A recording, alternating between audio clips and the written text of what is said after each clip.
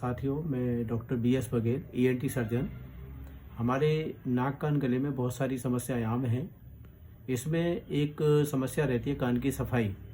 तो हर आदमी घरों में आपने देखे होंगे कि बच्चों के कान की सफाई करते रहते हैं। कुछ लोग माचिस की तीली लेके स्वयं के कान भी साफ करते हैं।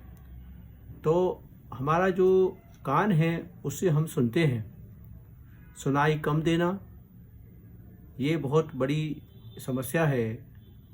जो समाज में हम जो सुन रहे हैं वो केवल कान की वजह से ही सुन पा रहे हैं, और ये हमारी जो 5 इंद्रियां हैं, तो ज्ञान इंद्रियां, तो उनका ये महत्वपूर्ण हिस्सा है कान।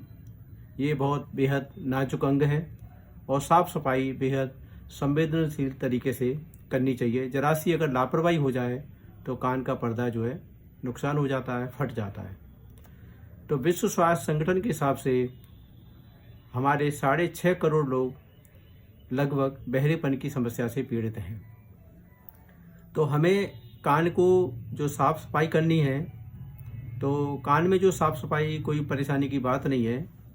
ये जो कान में जो रिसाव है, वैक्स बनता है, वो नेचुरल रिसाव होता है, उसकी वजह से वैक्स बनता है और ये हमें कई बार बचाता भी है। धूल और जो पानी से ये बचाता है। कई बार छोटे कीड़े होते हैं, वो कई बार कान में जाते हैं, तो जो अगर वैक्स है तो वो जो है अंदर पर्दे के पास नहीं जा पाता।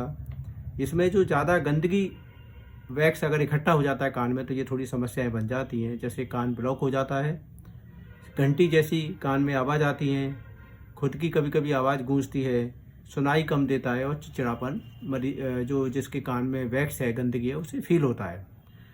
कान जो शरीर का जो ऐसा अंग है जो सेल्फ क्लीनिंग है, अपने आप कई बार सफाई होती है। अगर कान पर कहीं पर्दे पर डॉट लगा दिया जाए तो 5 या 6 हफ्ते में देखा जाता है कि वह डॉट खुद ही बाहर आ जाता है।